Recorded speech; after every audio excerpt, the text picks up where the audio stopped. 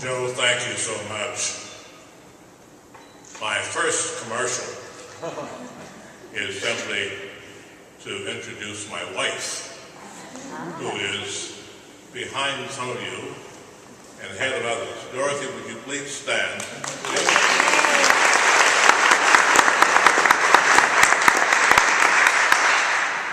And she does a variety of things. She frequently sits and sends me hand signals that I should slow down or speed up,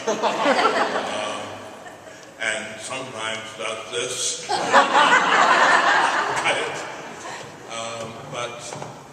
And she knows that I lose watches, so she's watching carefully because tonight she lent me hers. Now the only thing is I have to remember to look at it and hope that I can read it. Thank you so much for the invitation to come. Thank you for your presence. And this is a pleasant kind of occasion for me because not to curry favor, but librarians have played an extraordinarily important part in my own life because when I was a young boy, fresh from Mississippi in Chicago, we had very little money, and I was a book reader. And so I used to go, my first introduction to Chicago, I had a cousin who took me. Does anybody here who knows Chicago? No? Yeah? Anybody know the South Side? There used to be something called the Holden Square Public Library at 26th and Wentworth. It isn't there. The highway has demolished it. But I went there. It was a cousin who told me I could tour, and pretty soon I would struggle home a mile away with great stacks of books. I will not tell you the complete truth. The complete truth was that I read very few of them. But I read at least a few of them. And I got into the book reading habit and so on. And I even reached the point at which, when I was a student, at one point I had no money. That may be a novel experience for some of you, but I had no money. And I had a course in political theory. And so I went to the Chicago Public Library, what is now the Harold Washington Cultural Center, I think they call it. And I went there and checked out George Sabin's History of Political Theory, and checked it out, keep it for 2 weeks, return it, watch, and check it out again. And got through the whole semester without it. So, and the library world became an important part of my world, and it is, in a certain sense, an important part of anybody's world who chooses to know something as to what is going on. Now, of course, I'm impressed with all of you. I know one or two people here already. I said, John, I saw you back there, and I said, I know that guy. I know, who is that? And he turns out to be, of course, the new super tech at the UIS library, and I know him because his parents and I go to the same church. You are going into a world and a way of working that makes people like me obsolescent completely. Because there are people like me we are book people in the classic paper book sense. We like to look at great rows of books, and I have a large number of those. We had a great number of them otherwise and gave them away once. We gave them to a university library. And you are going into a kind of work that provides more information more rapidly than anyone can possibly know how to use. Nonetheless, you are doing that. You have to do that. The world moves on, and I pay you my respect in doing so. In doing that, I turn to my subject tonight, because of course both the old book means and the new means of information handling both helped enormously in dealing with the subject of Abraham Lincoln. And dealing with the subject of Abraham Lincoln, I've chosen tonight the title, which is vague and general, but which allows me to pick and choose certain points I wish to make to you and hope that they will elicit from you questions and responses that will help us all think a little better about the subject. I was asked for a title, and I said that you would simply talk about the Lincoln Presidency and its legacies. Let me say a couple of things. You must accept, from the point of view that I bring to it, that there are two ways of looking at the world. There may be more than two ways, but there are two ways of looking at the world. There are the ways of idealism, seeking high ideals, high purposes, and virtues. And then there's the world of realism, of looking at what is likely to be done by ordinary people under ordinary circumstances, and even not so ordinary, and on the supposition that most people, most of the time, are ordinary. I have to say that I come at things from the second slice, the second point of view. It is not necessarily correct, but it is the one that I've learned to think about. And it comes from a certain background. I do not offer religion to you, but I was brought up in a way in which one learned a kind of Old Testament view of the world, and we learned to think of such things as original sin. We did not really learn to believe that people were good and aspire to high things. Now that presents a certain struggle. When I went on to college, I went to college right after the Second World War. And there again, I ran into a different kind of thinking. And that kind of thinking has to do with how in the world you explain such a phenomenon as World War II, how you explain such a phenomenon as the Holocaust. Could you believe that people were generally good and see such a phenomenon? That also enters into ways people think about the United States and American slavery, about which I will have something to say directly. I'm going to skip around American slavery and come back to it. I say that in order to get to Abraham Lincoln and the questions that are raised about this massive display behind me that is going around the country under the sponsorship of the National Constitution Center. Let me call your attention to some questions that are here. You've seen this little handout, and I will just pick out some questions because they will come into what I have to say later on. I pick them out in no particular order. Was the United States truly one nation, or was it a confederation of sovereign and separate states? By the way, that question still seems to exist in the United States in 2013.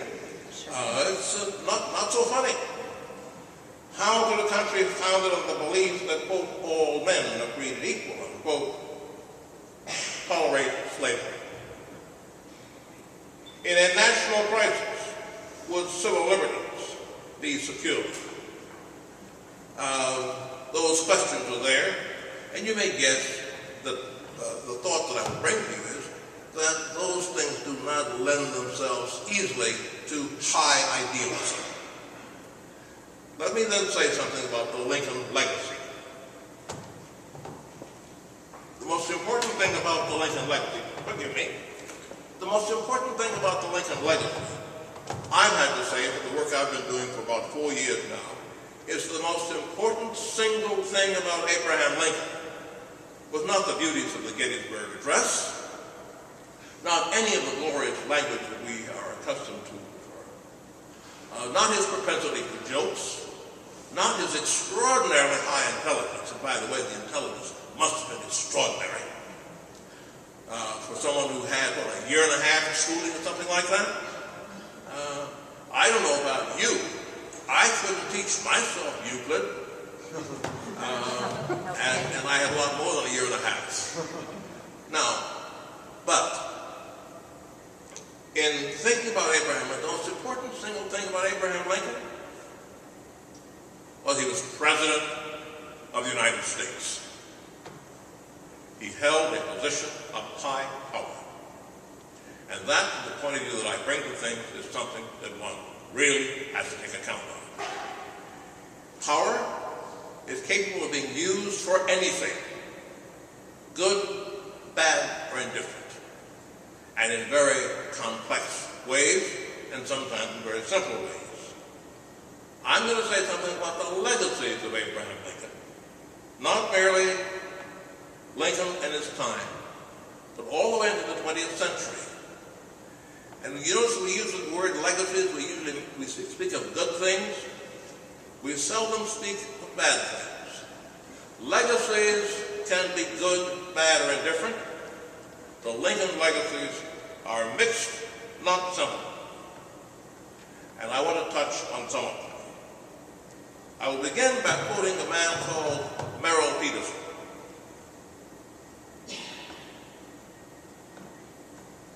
Merrill, I think, is no longer with us. He was my colleague at the University of Virginia. He wrote a book that some of you may know, Lincoln in American Memory. If you have not seen the book and have the opportunity, it is worth seeing because it's lightly written, but very serious. And I will quote a passage from Lincoln, from Merrill Peterson's book. Lincoln's political legacy, says Peterson, was twofold. First, the supremacy of the national government, and second, the responsibility to advance the freedom and equality of all citizens. In his conception, I'm merely now repeating Peterson, in his conception, the Constitution became the instrument for realizing the promises of the Declaration of Independence. With respect to the wartime issues of union and emancipation, that was well enough understood. Toward the issues of an increasingly complex industrial society after the war, it was not understood at all. The Republicans, now this is Peterson, the Republicans lopped off responsibilities for the freedmen and ceased to challenge white supremacy in the South. That's Peterson. Keep Peterson in mind. I'm going to treat it a little bit differently.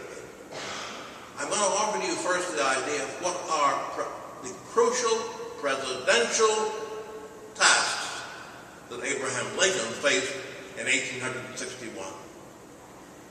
Remember something. 1860 was an election year, and many of you will know that Abraham Lincoln got something like 39% of the vote. He got the presidency because the country was so badly divided. President Lincoln faced three major presidential problems, three strategic problems.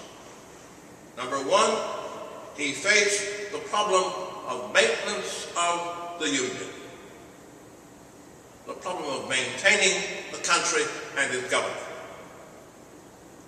When he came to office, does anyone remember that when he came to office in March of 1861, 7 states had already seceded. 7 states had already seceded. When he came to office, when he was elected in 1860, inside the first month, South Carolina seceded. Mississippi followed soon after. Maintenance of the Union was the first problem. Now think about secession, by the way. I can't develop this very far.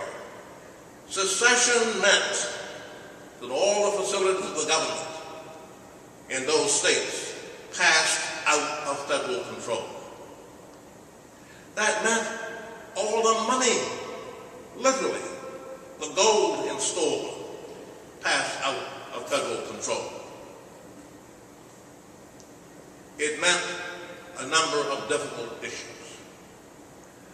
Some of you may remember, and I will now remind all, the task of Fort Sumter, a fort in the harbor of Charleston,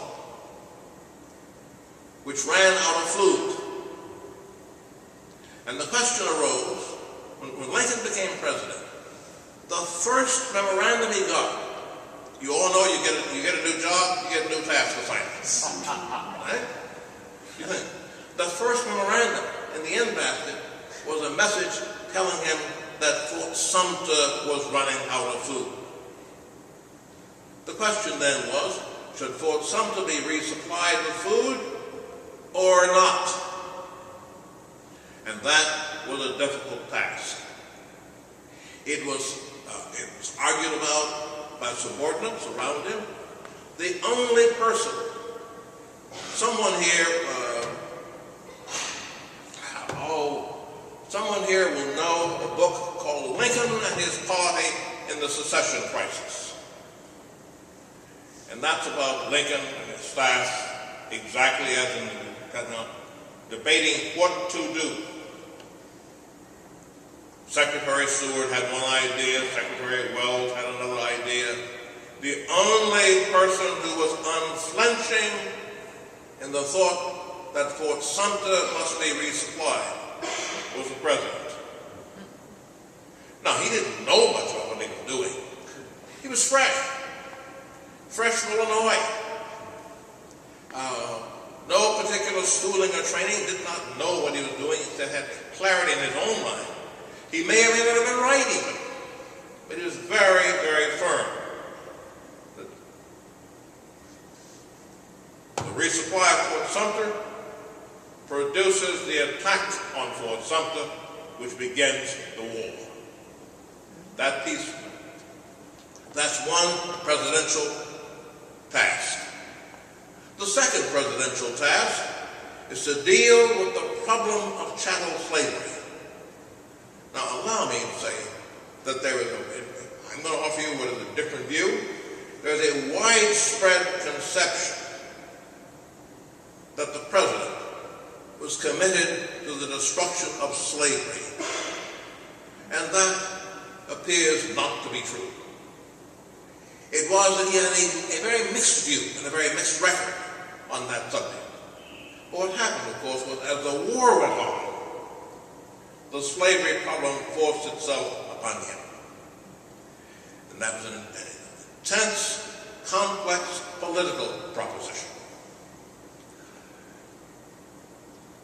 Most of you know that the Emancipation Proclamation became law as a military order in the beginning of 1863, 2 years, virtually 22 months, after Lincoln became president. And there was then the same kind of controversy that exists today between friends who said, do it, his friends, and friends who said, don't do it. If anybody here is from Bloomington, Illinois, then you know that the great man of the Bloomington area was named David Davis, a United States Senator, later a Justice of the Supreme Court, Lincoln's close friend, his campaign manager in 1860, whose persistent argument was, don't touch the slavery question. Don't touch the emancipation question. There were those others who were his friends who said, you must do this now. We know what the end result was. The end result was the Emancipation Proclamation. What is my point? My point here is that that was a complex political proposition that has consequences that run far into the future. And that is what I'm going to refer to presidential decisions and their consequences. A legacy and what derives from the legacy. What's the third piece of it? The third piece of it is what what kind of country should the United States become? Should the United States become a country in which the people who had been enslaved would be free citizens and in full standing with everybody else? That was the most difficult problem. I think the record is that the president never quite grappled with that. Some of you will know, I hope some of you will know, a book by a man called Lerone Bennett called Forced into Glory. If you don't know that book, I commend it to you. I don't commend it to you because I agree with it. I don't. But because it is a strong statement of a view that is highly controversial in the world of the Lincoln scholars today. Lerone Bennett is a man slightly my senior, a former editor, for those of you who know magazine publication, a former editor of something called Ebony Magazine, the author of a book called Before the Mayflower, which has to do with his theory as to how the presence of Africans in this side of the Atlantic prior to the Mayflower. Bennett's book, Forced into Glory, is a severe indictment. It's a brilliantly written book. It is a